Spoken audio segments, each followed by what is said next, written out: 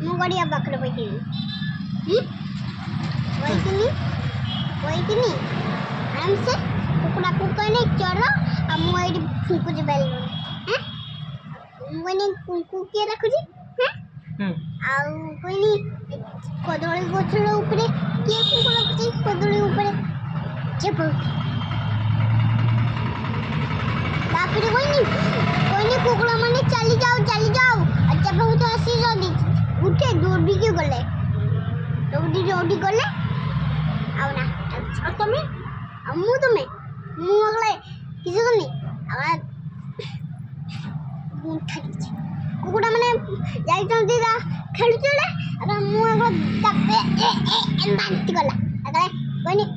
ଗୋଡ଼ିଆ କୁକୁଡ଼ା ଫିଟି ଗୋଟେ ମୁଟା ମୁଟା ହେଇଛି ତା ମା ବି ଥିଲା ତା ବାପା ବି ଥିଲା ମୁଟା ବି ବାପା ତା ଛୁଆ ବି ମୁଟା